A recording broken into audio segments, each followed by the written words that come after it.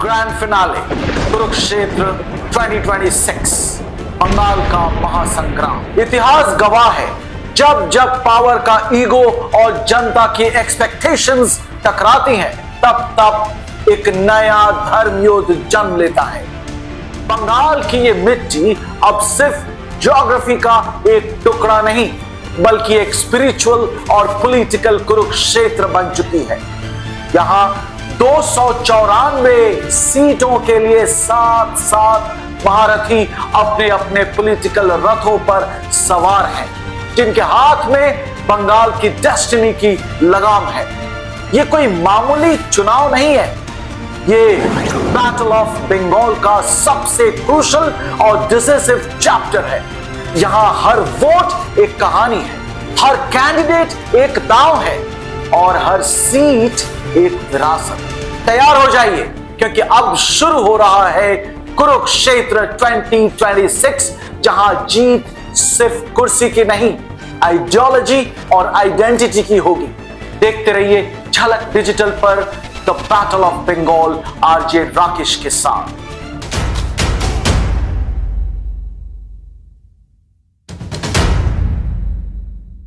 Naushad Siddiqui ISF के वो young योद्धा है जो फुरफुरा शरीफ के स्पिरिचुअल चक्रव्यूह से निकलकर इस बार सत्ता के गलियारों में किंग मेकर बनने का एंबिशन रखते हैं।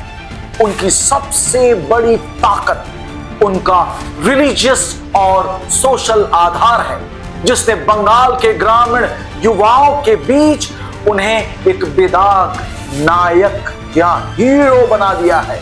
लोग उन्हें सिर्फ एक नेता नहीं, एक होप की तरह देखते हैं। लेकिन राजनीति की राह इतनी आसान नहीं होती। उन पर लगने वाला बीजेपी की बी टीम का टैग उनकी सबसे बड़ी वीकनेस है।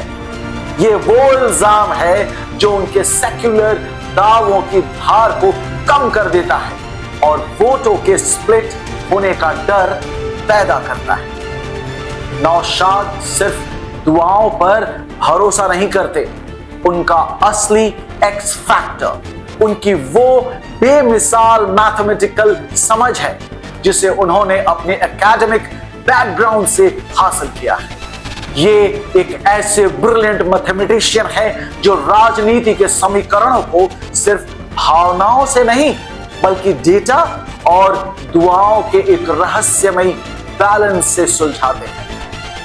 2026 में अगर वे 5 से 10 सीटों का जादुई आंकड़ा छू लेते हैं, तो याद रखिएगा, ये बंगाल की अगली सरकार के रिमोट कंट्रोल बन सकते हैं। हुमायूं कबीर, मुर्शिदाबाद का अश्वत्थामा।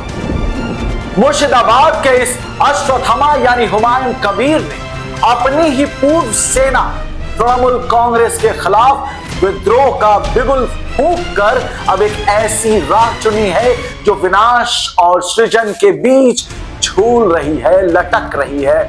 आप जो कह लें, उनकी ताकत, उनका उग्र अंदाज और मुर्शिदाबाद की जमीनी राजनीति पर उनका वो मसल पावर है जिसे उन्होंने दशकों के संघर्ष से कमाया है।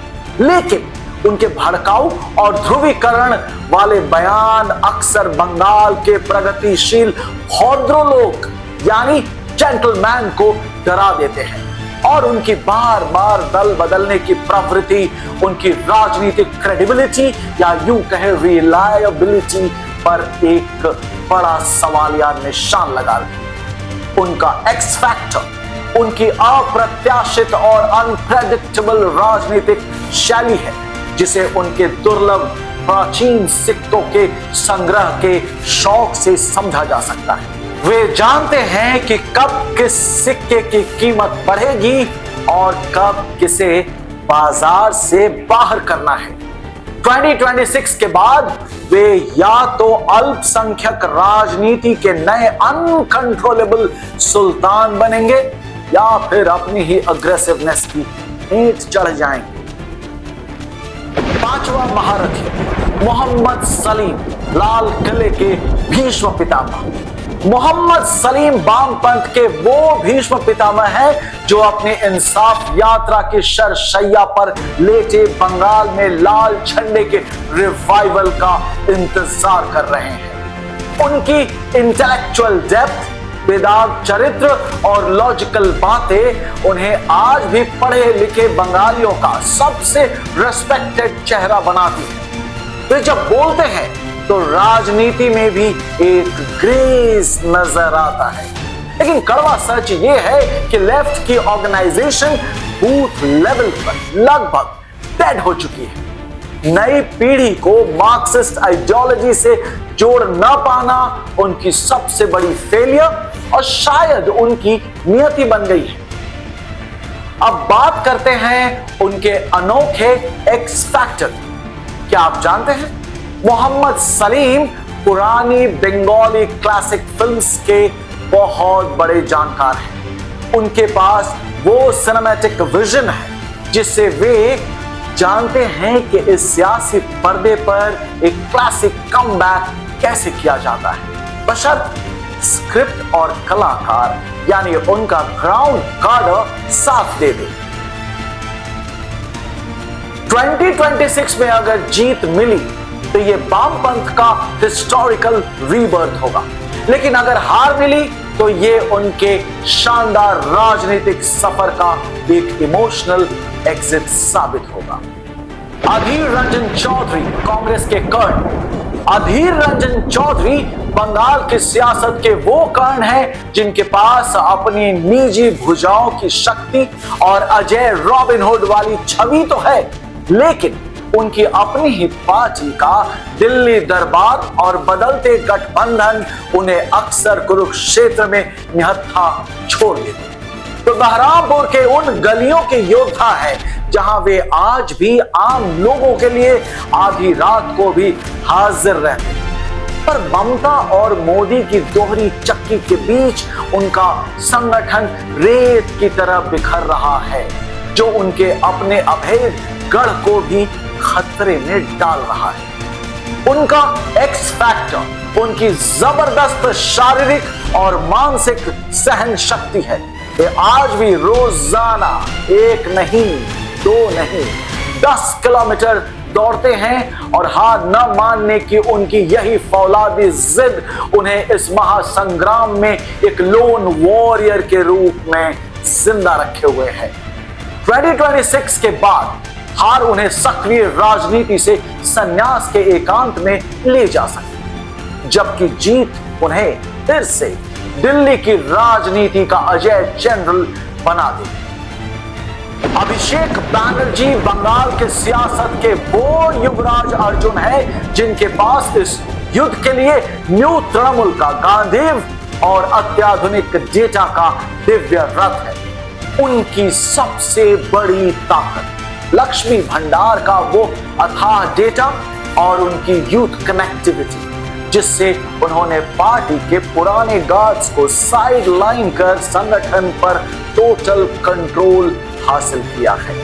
वे आज की राजनीति के सीईओ बोले तो चीफ एग्जीक्यूटिव ऑफिसर है, लेकिन राह में कांटे भी है। कोयलांचल के आरोपों की कालिक और डायनेस्टी पॉलिटिक्स का टैग उनके करियर का सबसे बड़ा मॉरल बर्डन और स्ट्रैटेजिक वीकनेस बनी हुई है। विरोधियों के वार और जांच एजेंसियों की रडार दबाव हर तरफ से है। उनका असली एक्स फैक्टर जी हां, अभिषेक बैनर्जी का लोहे जैसा डिसिप्लिन है। कहते हैं वे हर सुबह 2 घंटे इंटेंस योगा और मेडिटेशन करते हैं, खुद को उस मेंटल प्रेशर के लिए तैयार करने के लिए जो बंगाल के हिंसक राजनीति अक्सर पैदा करती है। 2026 का ये चुनाव अभिषेक बैनर्जी के लिए सिर्फ सीटों की गिनती नहीं है, ये ममता बनर्जी के अनडिस्प्यूटेड सक्सेसर के रूप में उनके एग्जिस्टेंस और उनकी अथॉरिटी की आखिरी अग्नि परीक्षा है। दूसरा महारथी शुभेंदु अधिकारी, बागी द्रोणाचार्य। शुभेंदु अधिकारी बंगाल की राजनीति के वो बागी द्रोणाचार्य हैं जिन्होंने अपने ही गुरु के खिलाफ युद्ध का शंखनाद करके कुरुक्षेत्र की सीमाओं को ही बदल दिया है। वो सिर्फ एक लीडर नहीं है, वो एक ऑर्गेनाइजेशनल बीस्ट है। उनका असली एक्स फैक्टर पता है क्या है? वो सिर्फ रैलियों में भाषण नहीं देते, वो नियमित रूप से चंडी पाठ के उपासक हैं। उनके पास एक ऐसी फोटोग्राफिक मेमोरी है कि उन्हें बंगाल के हर बूथ एजेंट का नाम और उसके घर का रास्ता मुज़्ज़बानी याद है। ये वो ग्राउंड इंटेलिजेंस है जिसे कोई भी डेटा एनालिटिक्स कंपनी बात नहीं दे सकती। उनका सन ऑफ द सॉइल होने का गर्व उन्हें एक बेहद खतरनाक प्रतिद्वंदी बनाता है। लेकिन यहां एक पेच है, उनकी उग्र हिंदुत्व वाली भाषा कभी कभी बंगाल के उस उदारवादी भौद्रो लोग यानी जेंटलमैन के सांस्कृतिक ताने बाने कल्चरल फैब्रिक से टकरा जाती है। ऊपर से पुराने बीजेपी नेताओं के साथ उनके मतभेद कभी कभी संगठन को अंदर से वल्नरेबल यानी संवेदनशील बना देते हैं। 2026 के नतीजे शुभेंदु के लिए मेक और ब्रेक मोमेंट होने वाले हैं। ये चुनाव या तो उन्हें बंगाल के नए चीफ मिनिस्टर के रूप में राज तिलक दिलाएंगे या फिर वो इतिहास में एक ऐसे अग्रेसिव अपोजिशन के चेहरे बनकर रह जाएंगे जिसे सत्ता ने बार बार चुनौती दी। प्रथम महारथी ममता बनर्जी बंगाल की रणचंडी। ममता बनर्जी बंगाल की वो रणचंडी है जिन्होंने लक्ष्मी भंडार और कन्याश्री के कवच से करोड़ों महिलाओं की एक ऐसी अभेद आर्मी तैयार की है जो किसी भी लहर को मोड़ने में दम रखती है। उनकी अनमैच्ड मास अपील और सोलो वॉरियर की तरह लड़ने का हुनर उन्हें राजनीति में लेजेंडरी बनाता है। वे उस आग की तरह है जिसे बुझाना मुश्किल ही नहीं नामुमकिन है। लेकिन सिक्के का दूसरा पहलू भी है। 15 साल की सत्ता के बाद उठने वाली एंटी इनकम्बेंसी और सिंडिकेट राज के गहरे दाग उनकी सबसे बड़ी वीकनेस यानी उनकी नाजुक पहलू बन चुके हैं। ये वो मोर्चा है जहां उनकी घेराबंदी सबसे सख्त है। अब बात करते हैं उनके उस एक्स फैक्टर जिसे दुनिया नहीं देख पाती। ममता बनर्जी की असली ताकत उनकी क्रिएटिविटी और उनके सॉलिट्यूड में है। मुश्किल वक्त में वो पेंटिंग और कविता का सहारा लेती है। अपनी कला की बिक्री से मिले पैसे को जन सेवा में लगाकर वे ऐसा इमोशनल कनेक्ट बनाते हैं जिसे कोई भी डेटा या डिजिटल सर्वे कभी डिकोड नहीं कर सकता। अब एक गहरी बात, साल 2026 की ये जंग ममता दीदी के लिए सिर्फ एक चुनाव नहीं, उनके वजूद का सवाल है। 2026 की जीत उन्हें नेशनल लेवल पर एक महासम्राट का दर्जा दिला देगी। एक ऐसी अजय योद्धा जिसने अपनी जमीन को कभी हाथ से जाने नहीं दिया। लेकिन अगर यहां चूकी तो ये हार उनके 3 दशक की उस तपस्या का एक ट्रैजिक एंड साबित होगी जिसे उन्होंने अपनी हवाई चप्पलें घिसकर और सड़कों पर खून पसीना बहाकर सींचा है। अप्रैल 2026 का ये युद्ध सिर्फ वोटों का संकलन नहीं बल्कि बंगाल की सोल का मंथन है। यहां कोई भी पूरी तरह से पांडव नहीं और कोई भी पूरी तरह से कौरव नहीं है। यहां हर कोई अपनी सत्ता के धर्म और अपनी प्रेस्टीज के लिए लड़ रहा है। 4 मई 2026 जब हिंसा का शोर थमेगा और ईंट पत्थर शांत होंगे तब नतीजे आएंगे और उस दिन इनमें से कुछ महारथी इतिहास के सुनहरे पन्नों में अमर हो जाएंगे और कुछ सिर्फ एक भूला बिसरा पॉलिटिकल किस्सा बनकर रह जाएंगे। याद रखिएगा, ये द बैटल ऑफ बंगाल का अंत है, लेकिन एक नए ट्रांसफॉर्म्ड बंगाल की शुरुआत।